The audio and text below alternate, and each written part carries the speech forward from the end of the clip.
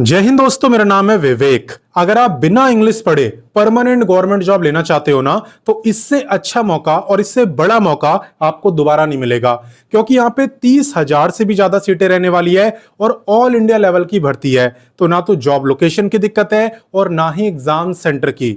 ऊपर से क्वालिफिकेशन भी ज्यादा नहीं मांगी, सिर्फ 10वीं पास होने पे भी आप अप्लाई कर पाओगे।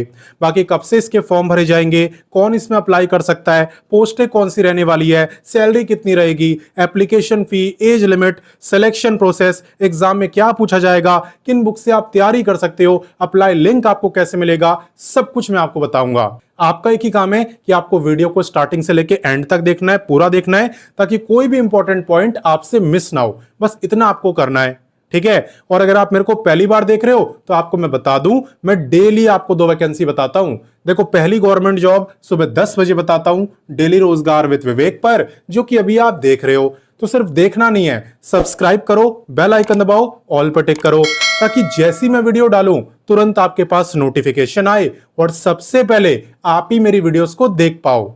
वहीं पे बात करें दूसरे गवर्नमेंट जॉब की, तो ये मैं आपको बताता हूं रोजाना दोपहर 3 बजे एग्जाम्स अहेड चैनल पर। वो भी हमारा ही चैनल है। अगर आपने सब्सक्राइब नहीं करा तो वीडियो डिस्क्रिप्शन में लिंक है, आप वहां से कर सकते हो, या डायरेक्ट यूट्यूब पे सर्च करना, लिखना एग्जाम्स अहेड तो भी आपको दिख जाएगा, वैसे भी कर सकते हो।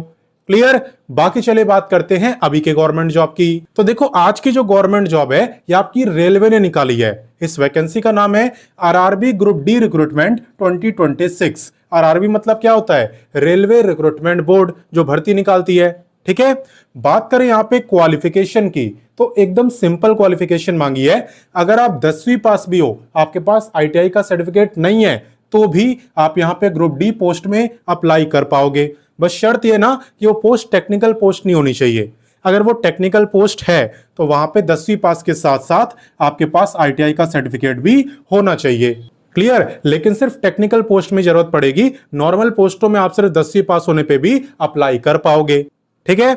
बात करें यहाँ पे पे स्केल की, तो पे आपका रहने वाला है एज पर लेवल 1। देखो, लेवल 1 का मतलब होता है कि अलाउंसेस वगैरह ऐड करने के बाद आपका जो पे रहेगा लगभग वो 32 के आसपास रहेगा। और 32 कम नहीं होता, 10वीं पास के हिसाब से काफी अच्छा है। ऊपर से परमानेंट गवर्नमेंट जॉब है, तो निकलने का भी डर नहीं है कि कोई निकाल देगा, ठीक है। और हर साल सैलरी कुछ ना कुछ इंक्रीज होगी, क्योंकि परमानेंट वैकेंसी है, ठीक है। तो फायदे ही फायदे हैं भाई, अच्छे से मेहनत कर लेना।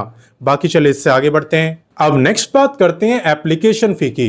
देखो, फी डिपेंड करती है कि आप किस कैटेगरी से बिलोंग करते हो। अगर आप जनरल, ओबीसी या ईडब्ल्यूएस में आते हो तब है 500। वहीं पे एससी एसटी, फिजिकली हैंडीकैप्ड और एक्स सर्विसमैन की है 250। अगर आप फीमेल हो, मैं सभी फीमेल की बात कर रहा हूं, आपकी भी यहाँ पे 250 रहेगी। और ट्रांसजेंडर भी यहाँ पे अप्लाई कर सकते हैं, आपकी भी यहाँ पे 250 रहने वाली है। क्लियर। और रिफंड के बारे में मैं आपको बता देता हूं।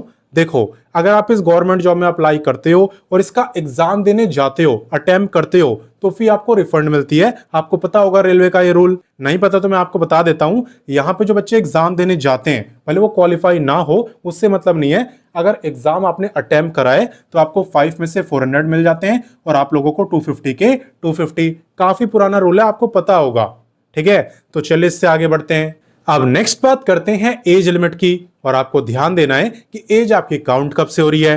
देखो, एज काउंट हो रही है 1 जनवरी 2027 से। आपको यह देखना है बेसिकली कि 1 जनवरी 2027 वाले दिन आपकी जो एज है वो कितनी रहेगी। अगर उस दिन आपकी एज 18 से लेके 33 ईयर के बीच में रहेगी, तो फिर आप इस गवर्नमेंट जॉब में अप्लाई कर सकते हो। जो जनरल वालों की मैक्सिमम एज है वो है 33 ईयर। बाकी अगर आप रिजर्व कैटेगरी में आते हो तो भाई आपको यहाँ पे एज में रिलैक्सेशन मिलता है। किसे कितना मिलता है, चले मैं आपको बताता हूं। देखो, एज रिलैक्सेशन डिपेंड करता है कि आप किस कैटेगरी से बिलोंग करते हो। जैसे कि अगर आप एससी एसटी में आते हो तो आपको मिलता है 5 साल का। अगर आप ओबीसी में आते हो तो 3 साल का। फिजिकली हैंडीकैप्ड हो तो 10 साल का।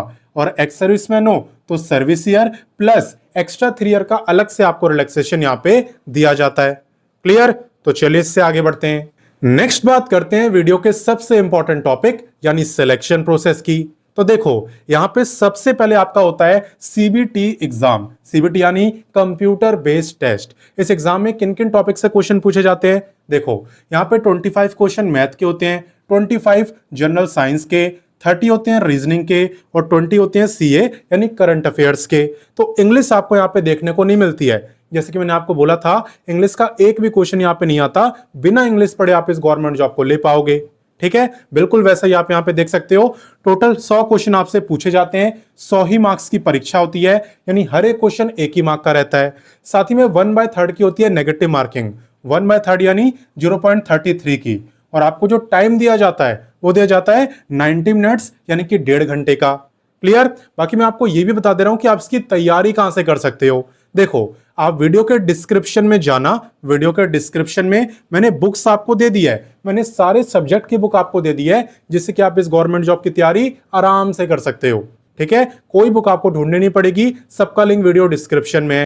और बाकी ऐसा नहीं है कि एग्जाम क्वालिफाई करते ही आपका सिलेक्शन हो जाएगा। एग्जाम क्वालिफाई करने के बाद आपका फिजिकल टेस्ट भी होगा, और यहाँ पे फिजिकल टेस्ट काफी इंपॉर्टेंट होता है, क्योंकि ग्रुप डी की ज्यादातर पोस्टों में आपको फिजिकली ही काम करना होता है। इसलिए यहाँ पे फिजिकल टेस्ट को आप सीरियसली लेना और इसकी भी आप प्रैक्टिस करना।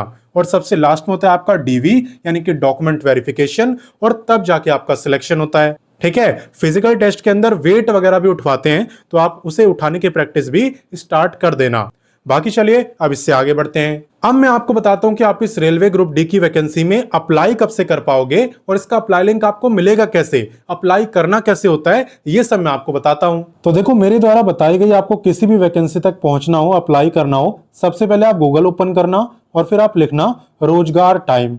रोजगार टाइम लिख के आप सर्च करना। जैसा कि आप देख सकते हो, यहाँ पे हम रोजगार टाइम वेबसाइट पर आ चुके हैं और इसे चलाना भी बहुत आसान है। बस आपको लेटेस्ट जॉब्स पे क्लिक करना होता है, फिर जितनी भी लेटेस्ट वैकेंसी आई हुई है सबकी सब आपको दिख जाती है। और अगर आप क्वालिफिकेशन वाइज जॉब देखते हो तो यहाँ पे 10वीं 12वीं graduate, ITI, diploma, post graduate, यानी ऐसी कोई क्वालिफिकेशन नहीं है जिसके लिए जॉब यहाँ पे अवेलेबल ना हो। जिसकी भी आपको देखनी हो उस पर आप क्लिक कर देना, इतना सिंपल है।